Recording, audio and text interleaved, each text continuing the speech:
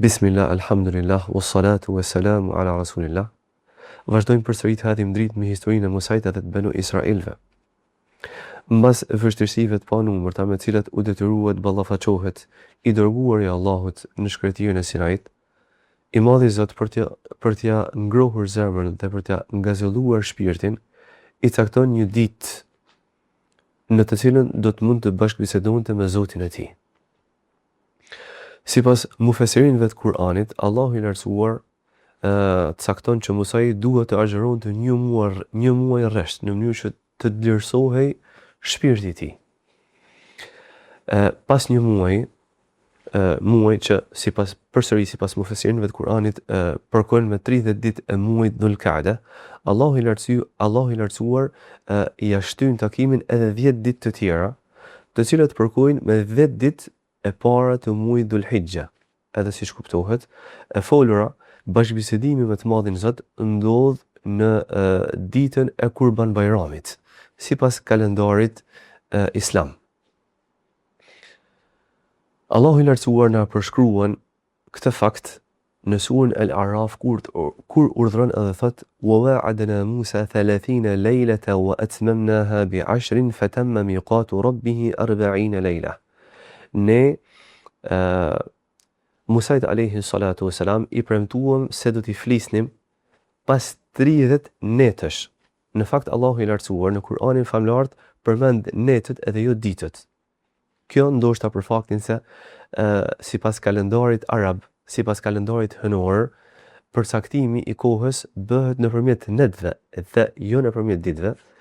Nga ana tjetër, disa prej mufesirinëve kanë thënë edhe për faktin se Allahu Azza wa Jall e pëlqen natën për faktin se nata është koha e adhurimit të zgjatur, është koha e adhurimit të qetë, është koha e përkushtimit të robëve ndaj Allahut subhanahu wa taala, është koha kur njerëzit nuk janë të shqetësuar me hadhet edhe me vështirësitë e dunjas, ndryshe nga koha e paradites kur njerëzit gjallërojnë në kërkimin e begative, në kërkimin e rrezikut Allahut subhanahu wa taala në tokë. Allahu i Lartësuar thotë se i premtua Musait se do t'i flisnin pas 30 netëve, mandej ja shtuam edhe 10 të tjera, në mënyrë që të shtohej malli i Musait alayhi salatu wasalam dhe në mënyrë që të përgatitej të vlerësohej edhe më shumë shpirti i tij dhe të përgatitej trupi i tij për takimin me të Madhin Zot. Përpara se të nisej Musai alayhi salatu wasalam në vendin ku Allahu Azza wa Jall i kishte caktuar se do t'i fliste, që në fakt ishte mali ose kodra Tur, Musai alayhi salatu wasalam i drejtohet vllait i tij Harunit duke thënë: "Ukhlufni fi qawmi wa aslih wa la tattabi' sabila al-mufsidin." Më zëvendëso, bëhu zëvendësi im në popull, në mesin e Banu Israilve, dhe mundohu të përmirësosh, edhe asnjëherë mos ndiq dëshirat dhe mos ndiq rrugët e ngatrestarëve, mos ndiq rrugët e njerëzve të prishur. Nëpërmjet këtyre fjalëve ne e kuptojmë se Musai alayhi salatu wasalam kishte ndjeshmëri të madhe, edhe kishte ndjenjë të madhe përgjegjësie në udhëhecin e Banu Israilve.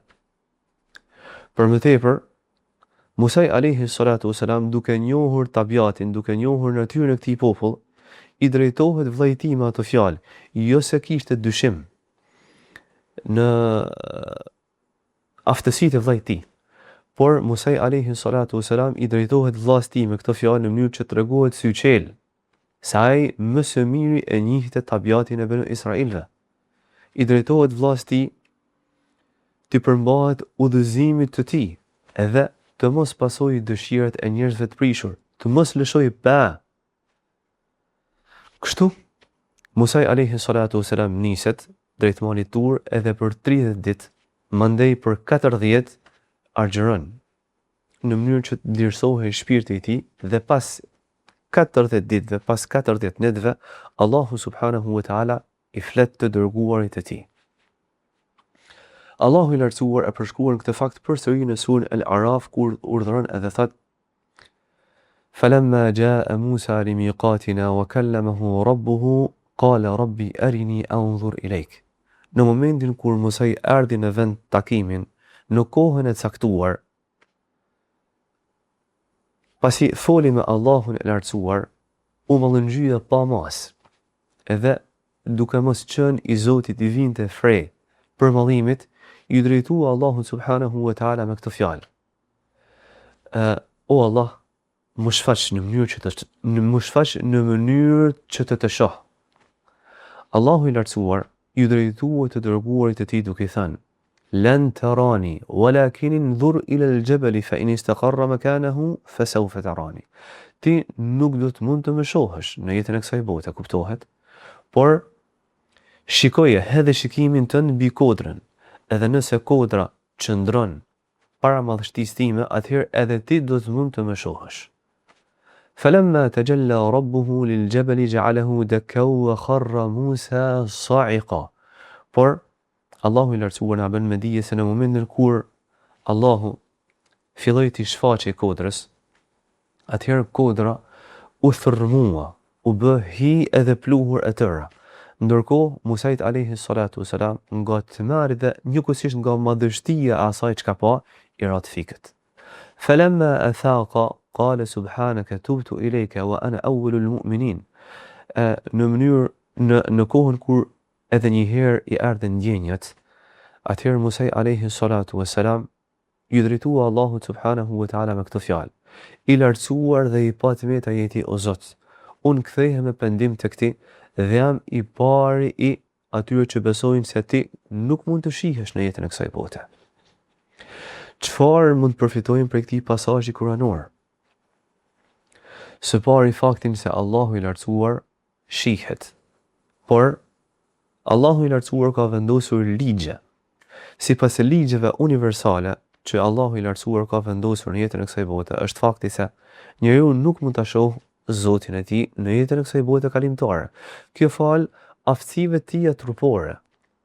Në jetën e kësaj bote Allahu i lartësuar nuk i ka dhënë mundësi trupave njerëzor që të mund ta shohin Zotin e tyre. Krejt ndryshe do të jetë çështja në botën e amshuar në ahiret. Pasi Allahu azza wa jall të ringjall njerëzit, Allahu i lartësuar do t'i jap trupave njerëzor aftësinë ta bëjnë diçka të tillë, ta shohin Zotin e tyre. Profeti sallallahu alaihi wasallam në hadith të vërtet na ka treguar se Allahu i lartësuar ndahet nga krijesat e tij nëpërmjet një perdeje, drite. Profeti alayhi salatu wasalam na tregon në hadith të vërtet se kjo perde e pengon Allahun azza wa jall nga krijesat. Krijesat nuk mund ta shohin Zotin e tyre. Hijabuhu an-nur, ndarja ndërmjet Zotit dhe krijesave bëhet nëpërmjet një perde drite. Law kashafahu lahtaraqat man taha ilayhi basaruhu min khalqihi. Thot profeti sallallahu alaihi wasallam, sikur Allahu azza wa jall ta largohet këtë perde drite, atëherë do digjeshin edhe do të shkrumoheshin të gjitha krijesat deri në kufirin ku arrin shikimi i Zotit. Normalisht Allahu i lartësuar me shikimin e tij e përfshin krejt universin.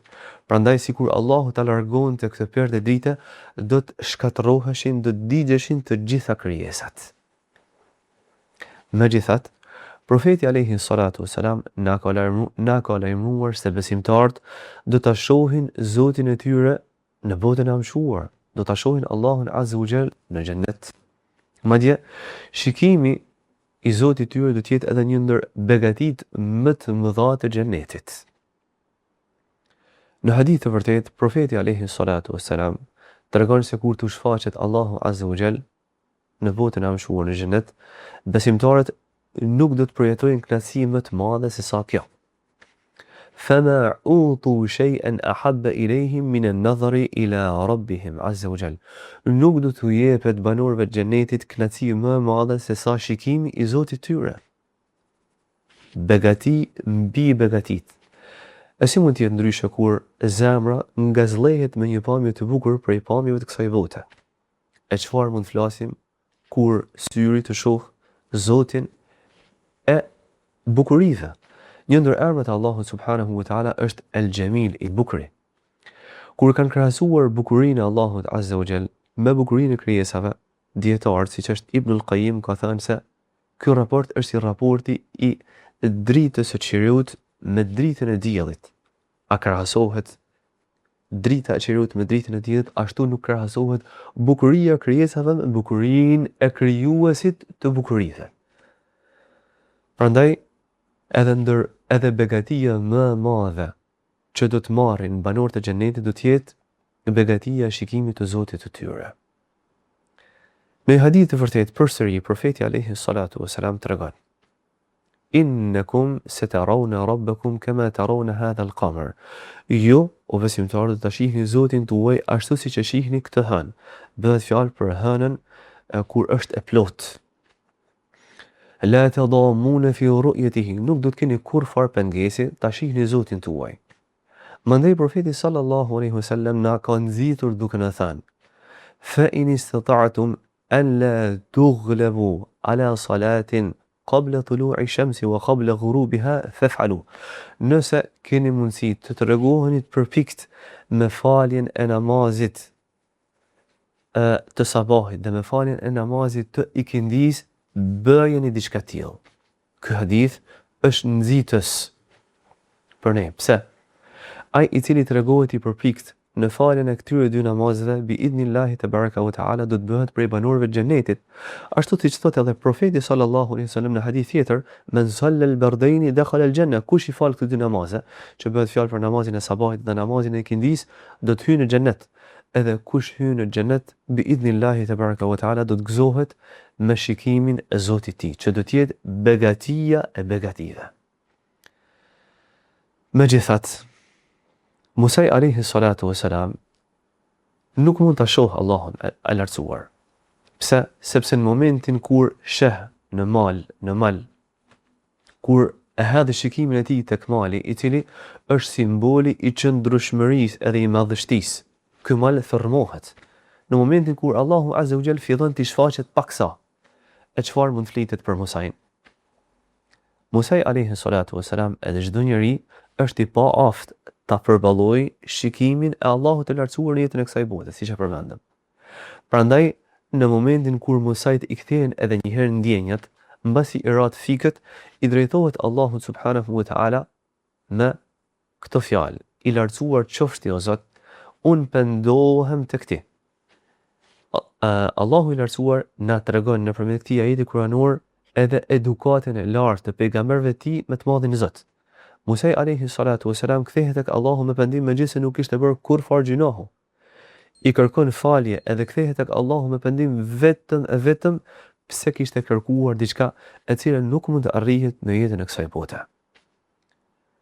Allahu i lartësuar në vazhdim i drejtohet Musait alayhi salatu wasalam duke thënë: Ja Musa, inni stafejtuka ala nasi bi risalati wa bi kalami fa khudh ma ataytuka wa kun min ash-shakirin. O Musa, unë kam përzgjedhur ty në mesin e njerëzve, duke ta zbritur shpalljen time edhe duke të folur drejt për drejt, pa ndërmjetësues. Prandaj, merre atë që të dhash dhe bëhu falënderues për këto që të dhash. Bëhu falënderues sepse Allahu i lartësuar të ka përzgjedhur me të folurën e tij. Allahu të ka folur drejt për drejt. Allahu të ka përzgjedhur me shpalljen e tij. Allahu azza wa jall ta zbret shpalljen në mesin e njerëzve. Allahu i lartësuar të ka nderuar.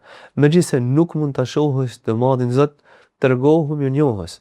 Pasi ndryshe nga njerëzit e tjerë, Allahu azza wa jall të përzgjedhi me të folurën e tij dhe me shpalljen e tij.